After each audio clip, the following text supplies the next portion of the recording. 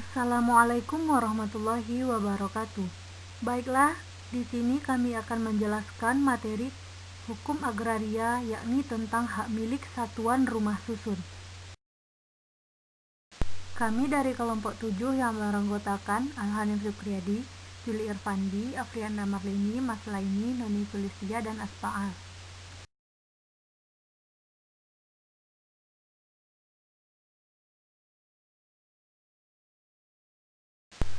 Poin pertama pada hak milik satuan rumah susun yaitu mengenai dasar hukum. Dasar hukum hak milik satuan rumah susun terdapat pada Undang-Undang Nomor 5 Tahun 1960 tentang Peraturan Dasar Pokok-pokok Agraria dan Undang-Undang Nomor 20 Tahun 2011 tentang Rumah Susun. Poin berikutnya mengenai pengertian hak milik satuan rumah susun. Pada pasal 46 Undang-Undang Nomor 20 Tahun 2011 tentang Rumah Susun atau Undang-Undang Rumah Susun berbunyi, hak kepemilikan atas satuan rumah susun merupakan hak milik atas satuan rumah susun yang bersifat perseorangan yang terpisah dengan hak bersama atas bagian bersama, benda bersama, dan tanah bersama.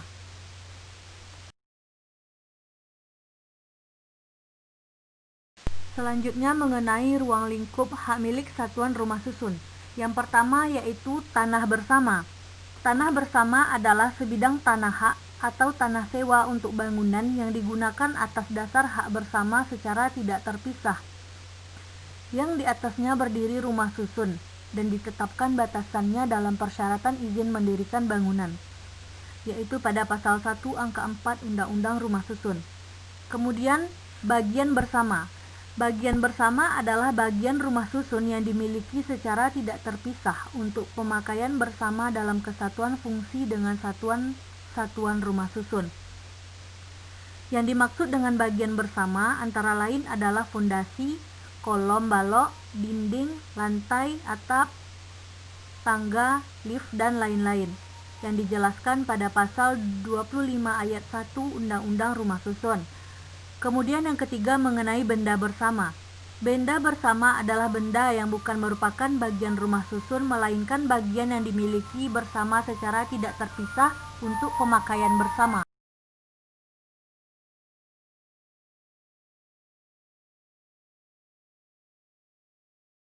Kami dari kelompok 7 yang beranggotakan Al-Hanif Zukriyadi, Juli Irfandi, Afrianda Marlini, Mas Laini, Noni Sulistia, dan Aspaal.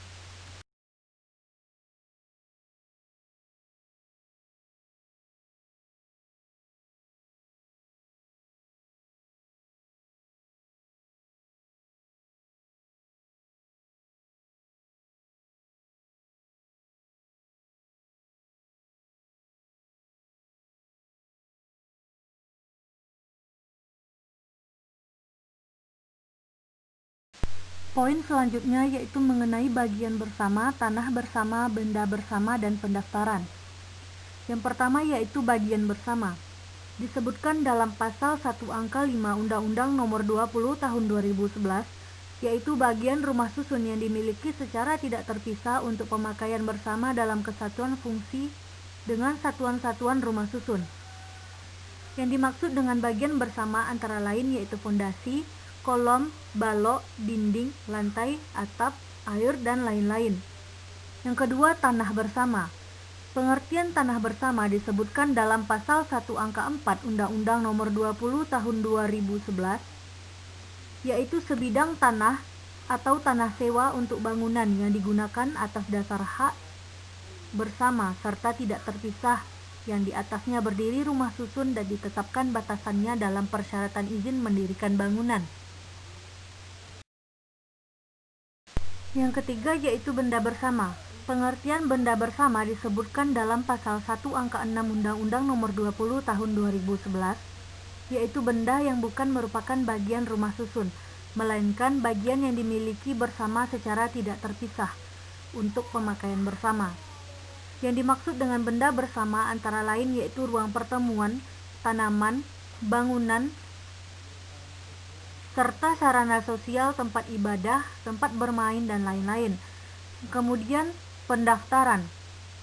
Hak milik satuan rumah susun terjadi sejak didaftarkannya akta pemisahan dan dibuatnya buku tanah untuk setiap satuan rumah susun yang bersangkutan, yaitu pada pasal 39 ayat 5 PP nomor 4 tahun 1988. Poin berikutnya yaitu mengenai prosedur penerbitan hak milik satuan rumah susun.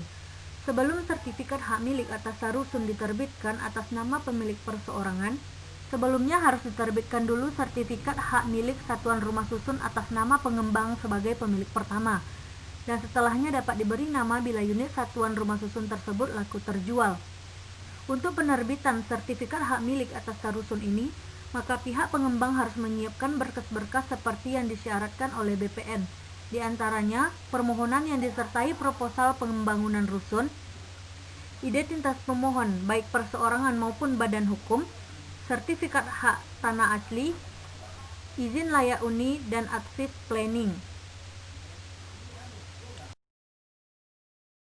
Poin berikutnya mengenai peralihan hak satuan rumah susun. Hak milik atas satuan rumah susun dapat dimiliki oleh perseorangan atau badan hukum yang mempunyai syarat sebagai pemegang hak atas tanah. Pemilik satuan rumah susun mempunyai hak terhadap hak milik atas satuan rumah susunnya, yaitu mewariskan pada ahli warisnya dan mengalihkan pada pihak lain, karena suatu perbuatan hukum yang mengakibatkan hak milik atas satuan rumah susun berpindah kepada orang lain, seperti jual beli, tukar menukar, hibah, lelang, dan sebagainya. Prosedur peralihan hak milik atas satuan rumah susun dapat dijelaskan sebagai berikut. Yang pertama, beralih.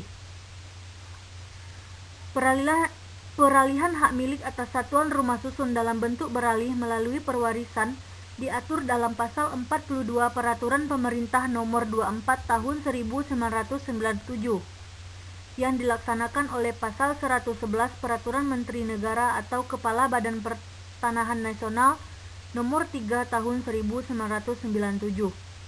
Dengan meninggal dunianya pemilik satuan rumah susun, maka secara yuridis hak milik atas satuan rumah susun berpindah kepada ahli warisnya. Secara administratif, ahli waris berkewajiban mendaftarkan pewaris hak milik atas satuan rumah susun tersebut kepada Kepala Kantor Pertanahan Kabupaten atau Kota yang wilayah kerjanya meliputi letak tanah yang bersangkutan. Kemudian yang kedua, dialihkan. Peralihan hak milik atas satuan rumah susun dalam bentuk dialihkan melalui jual beli, tukar menukar, hibah, pemasukan dalam modal perusahaan diatur dalam pasal 37 Peraturan Pemerintah Nomor 24 Tahun 1997 yang dilaksanakan oleh pasal 103 sampai dengan pasal 106 Peraturan Menteri Negara Agraria atau Kepala Badan Pertanahan. Dengan suatu perbuatan hukum, hak milik atas satuan rumah susun berpindah dari pemilik satuan rumah susun kepada orang lain. Pemilik satuan rumah susun yang baru berkewajiban mendaftarkan peralihan hak milik atas satuan rumah susun tersebut kepada Kepala Kantor Pertanahan Kabupaten atau Kota yang wilayah kerjanya meliputi letak tanah yang bersangkutan. Berdasarkan pasal 54 ayat 2 Undang-Undang Nomor 20 Tahun 2011 tentang rumah susun, hak milik atas satuan rumah susun umum diperuntukkan bagi masyarakat berpenghasilan rendah atau MDR, kecuali pewarisan. Peralihan kepada pihak lain dapat dilakukan setelah jangka waktu 20 tahun atau pindah tempat tinggal yang dibuktikan dengan surat keterangan pindah dari yang berwenang. Poin berikutnya yaitu mengenai hak dan kewajiban pemilik satuan rumah susun. Hak pemilik satuan rumah susun. Untuk melindungi hak perdata pemilik dan penghuni atas sarusun dan kepemilikan bersama, benda bersama, bagian bersama, dan tanah bersama. Ketiganya adalah common property yang satu kesatuan dan tidak bisa dibagi. Kewajiban pemilik satuan rumah susun. Pelaku pembangunan selain dibebani kewajiban memfasilitasi pembentukan penghimpunan pemilik dan penghuni satuan rumah susun atau disingkat dengan PPPSRS, juga dibebani kewajiban mengelola rumah susun dalam masa transisi. Ketentuan mengenai hal tersebut disebutkan dalam pasal 59 ayat 1 Undang-Undang Rumah Susun yang berbunyi, Pelaku pembangunan yang membangun rumah susun umum dan rumah susun komersial dalam masa transisi sebelum terbentuknya perhimpunan pemilik dan penghuni satuan rumah susun wajib mengelola rumah susun. Poin selanjutnya mengenai pembebanan hak milik satuan rumah susun. Pembebanan hak menurut pasal 44 ayat 1 PP 24/1997 adalah pembebanan hak tanggungan pada hak atas tanah atau hak milik atas satuan rumah susun, pembebanan hak guna bangunan, hak pakai dan hak sewa untuk bangunan atas hak milik, dan pembebanan lain pada hak atas tanah atau hak milik atas satuan rumah susun yang ditentukan dengan peraturan perundang-undangan dapat didaftar jika dibuktikan dengan akta yang dibuat oleh PPAT yang berwenang menurut ketentuan peraturan perundang-undangan yang berlaku. Poin berikutnya yaitu mengenai perhimpunan penghuni. Mengenai perhimpunan penghuni, yaitu Undang-Undang Nomor 16 Tahun 1985 tentang Rumah Susun, Peraturan Menteri Nomor 4 Tahun 1988 tentang Rumah Susun. Dalam ketentuan PP Nomor 4 Tahun 1988 tentang Rumah Susun, Pasal 56 menyebutkan bahwa fungsi dan perhimpunan penghuni adalah: yang pertama yaitu membina tercapainya lingkungan yang sehat, tertib dan aman. Yang kedua, mengatur dan membina kepentingan penghuni. Dan yang ketiga, mengelola rumah susun dan lingkungannya. Pada pasal 59 peraturan terkait sebagai berikut. Yang pertama, mengesahkan anggaran dasar dan anggaran rumah tangga yang disusun oleh pengurus dalam rapat umum perhimpunan penghuni. Yang kedua, membina para penghuni ke arah kesadaran hidup bersama yang serasi, selaras dan seimbang dalam rumah susun dan lingkungannya. Yang ketiga yaitu mengawasi pelaksanaan ketentuan-ketentuan yang tercantum dalam anggaran dasar dan anggaran rumah tangga. Yang keempat, menyelenggarakan tugas-tugas administratif penghunian. Yang kelima, menunjuk atau membentuk dan mengawasi badan pengelola dalam pengelolaan rumah susun dan lingkungannya. Yang keenam, menyelenggarakan pembukuan dan administratif keuangan secara terpisah sebagai kekayaan perhimpunan penghuni.